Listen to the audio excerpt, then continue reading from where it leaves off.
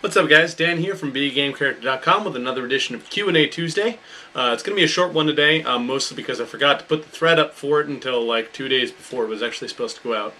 Whoops. But that's okay, we got some good questions anyway. So let's jump in. From YouTube, we have Anonymous Bob 124.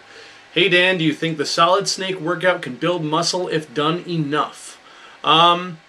Okay, so here's the deal. Any workout will build muscle. The muscles that you're exercising will go ahead and build muscle just because that's what workouts do. Whether or not it will make you like bulk up, like gain a significant amount of muscle size, it depends mostly on your genetics. The solid snake workout is not a very hypertrophy induced workout, which means it isn't designed for building large muscles. It's designed mostly for endurance and some strength development with body weight control. So it will build some muscle, but if you're looking to get like big, I would recommend another workout, preferably one involving weights. That's it for YouTube questions. Moving on to Google+. Mohammed Kanoon asks, if you were to one day wake up as an assassin, what time period would you want to be in and where? So this is a multi-part question. That's the first part of the question. If I was going to pick a time period, I'm kind of torn. I would either like to be in Ireland sometime in the 18th century-ish, or in North America during the westward expansion. Ireland, not in any particular area, because Ireland's not that big. I imagine if I was going to be an assassin, I'd be roaming all over Ireland. Westward expansion, preferably somewhere like Midwest / northward, just because I hate heat, so I wouldn't want to be in the south. What would your weapons of choice be? Close, mid, long range, specials, etc. Ireland, I would probably have to pick the shillelagh as my weapon of choice because shillelaghs are awesome. As well as, the standard brace of assassin fairy, the hidden blade and stuff like that. Long range probably would favor some type of primitive explosive. Although I don't know, maybe that would count as a special. As far as westward expansion, close range would be the hidden blade again. Mid-range, I would probably pick something like a cavalry sword. Long range, some sort of awesome, tricked out rifle, kind of like what Doc has in Back to the Future. Yeah, two different choices for two different areas. What would your skills be? In Ireland, probably a gang leader, similar to what they're coming out with the next Assassin's Creed game in London. In North America, I would say tracking and or hunting, sort of like similar to Connor. And what would your awesome / dark backstory be? In Ireland, if it was the 17th century, I could have my family killed by the first Irish famine. I'm one of the only survivors. Maybe, I had to support my siblings because my parents died or something like that. In the westward expansion, would be cool to be like maybe an orphan. Just growing up on the streets of, New York or something like that, and seeing an opportunity to make my way out west, and, in the process, running into the assassin order. That's it for Mohammed Kanoon from Google+. Thank you for the questions. Pretty cool questions, too. I had to think about those for a little while. Next up is, from the forums, Vincent Madden asks, you mentioned in a previous video that you are an insomniac. Do you have any advice for dealing with this? Okay, really solid question. So here's the deal. Sleep is really, really important, right? I talk about this all the time, and I also have a very hard time sleeping. So, advice. First off, I would advise you to go and see a sleep specialist if you can. Get a sleep study done. They kind of suck, but you learn a lot. because there's a lot of different reasons you can be an insomniac. You can have a messed up internal clock, it's a circadian rhythm disorder. You could have sleep apnea, which is causing you to choke and suffocate in your sleep, which will make your body over time want to fall asleep less and less subconsciously, just because you might die while you're sleeping. You might have, there's any number of disorders and situations that can cause insomnia, medically speaking, which are very difficult to combat on your own at home without knowing about them first. So that would be my first bit of advice, is to go and see an actual sleep specialist about it, an actual medical professional, if you can. Barring that, stuff that I have found that's good is, first off, no TV screens, computer screens, whatever, for at least an hour before you want to go to bed. This is seriously a big one. Cutting out game time and computer time and smartphone time, within an hour before bed really helps out a lot. That's a big one. And that includes like reading on like your Kindle and stuff like that, unless it's a Kindle Paperwhite, because Kindle Paperwhites don't have the LED backlighting on them. They're just, e-ink. But that's a big one. Another big one is, transition, reading. Reading from an actual book, so you don't have those screens going on. Reading, just anything really. I read tons of stuff. I'm a big reader. I love reading. I love learning new stuff. But it's a great thing to do to kind of get yourself, settled, calm you down. Meditation is also very good. I've got a couple of meditation guides on the blog, so you can go check those out. And meditation doesn't have to be some huge fancy thing. It can literally just be sitting quietly and focusing on your breathing for 10 minutes. It does wonders. And finally, I would say, well, actually, 2 more points, so not finally yet.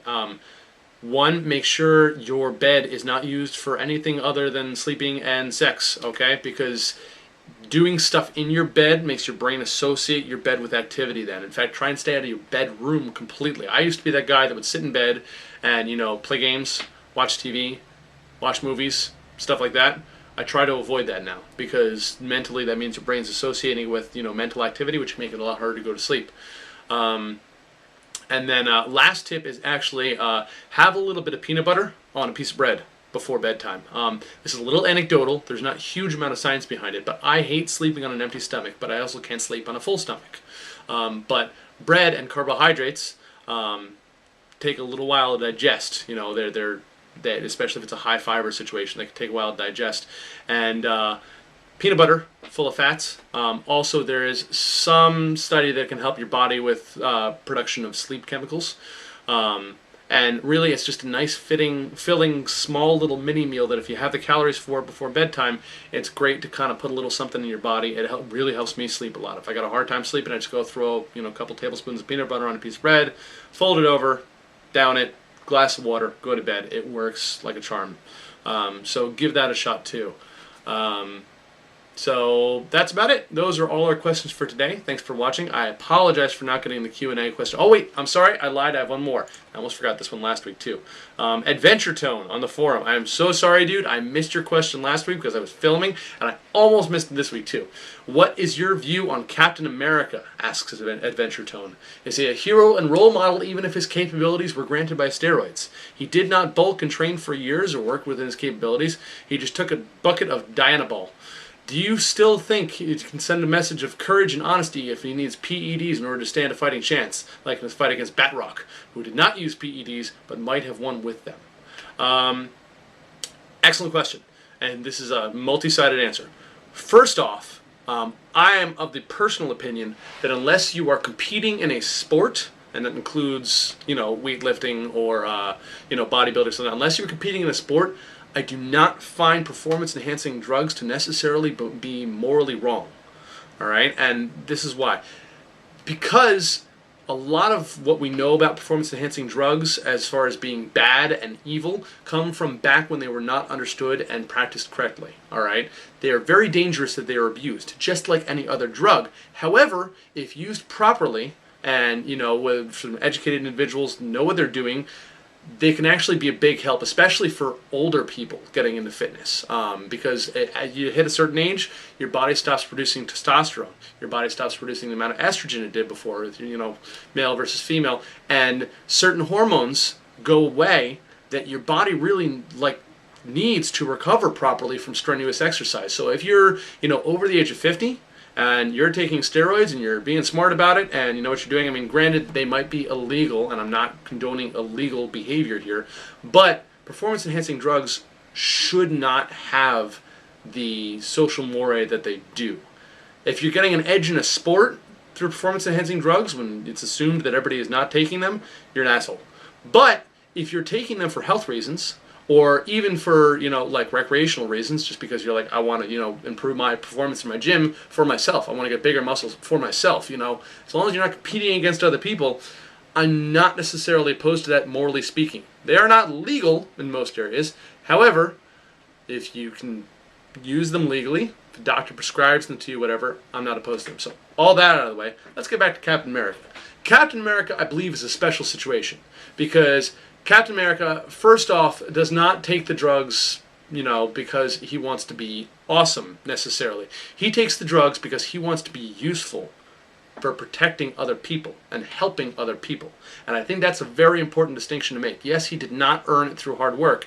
However, it's implied that he has a very rough life as it is, and he still perseveres through having a very rough life, and he just ended up at the very, very bottom of the genetic gene pool, all right? So that sucks for him that he ended up in that situation, but it is his way of making himself useful in a very dangerous situation. We're talking about World War II, Red Skull, Hydra, blah-de-blah. So I think that you have to, first of all, consider his motives in using the performance-enhancing drugs, the Super Soldier Serum, the Vita Race. Also, what's important is the fact that even with those, he is remarkably outclassed by basically everybody and everything that he goes up against in the Marvel Universe. We're talking a guy who actually battled Thanos hand-to-hand, okay? So, Batroc, I believe, is not the best example, at least if we're talking about the movie portrayal, because, first of all, it's George St. Pierre. That dude doesn't need performance-enhancing drugs. He's incredible as he is. But beyond that, Batroc in the comics actually does have some modicum of superpowers. In the movies, he did not, and I feel as though that fight in itself was cool because it was very well choreographed. I love GSP, and I thought it was a really cool fight. However, in a in a Marvel life situation, if you were to put a normal guy like Batroc up against Cap would throttle him in a minute. That was not at all a realistic Captain America fight. All right, I mean, think about it. In Winter Soldier, he's got a hard time against Batroc, and then you skip to the next Avengers movie, and he's throwing motorcycles at people. And that second Captain America is a lot more true to the comic Captain America. So, yeah, I would say that yes, he can still be a role model because he used the Super Serum and the Vita Race, first of all, not knowing that he would survive. There was a good chance that he would die during the procedure. And second of all, he used them in order to combat a menace greater than himself, because it was the only way he had tools at his disposal to protect the ones he loved and the country that he loved. And he still is massively outclassed by almost everyone he goes up against, and wins through strategy, pluck, and hard work, which I think are great things to extol upon, kids, people in general, and that, even when you are outclassed and you've done everything in your power and you're still physically outclassed, you can still work really hard, you can still persevere, you can still have the determination to push through. So that's my position on Captain America, Super Soldier Serum, blah-de-blah. And I will be perfectly honest, if the Super Soldier Serum was real and Vita Rays were real, I would probably be lining up for that nonsense because holy cow, it would be awesome to have Captain America's abilities. And let's be honest, you're never going to get to Captain America's level through normal hard work with basic human physiology. I hate to say it, but it's true. That's just the way Cap is. So yeah. Morally wrong, no, in either case. Unless he decides he wants to go and compete in, a high jumping competition under a different name and be like, yeah, I'm awesome. So, that's my views on Captain America, performance-enhancing drugs in general, and that sort of thing. So there we go. Adventure Tone's question is now the last question. All right, and that's it. So go ahead and ask more questions for next week below in the comments. Check out the forum thread, which I will link below, and I actually will set up at the end of the video this time. And as usual, live boldly, change the world, and continue to be awesome.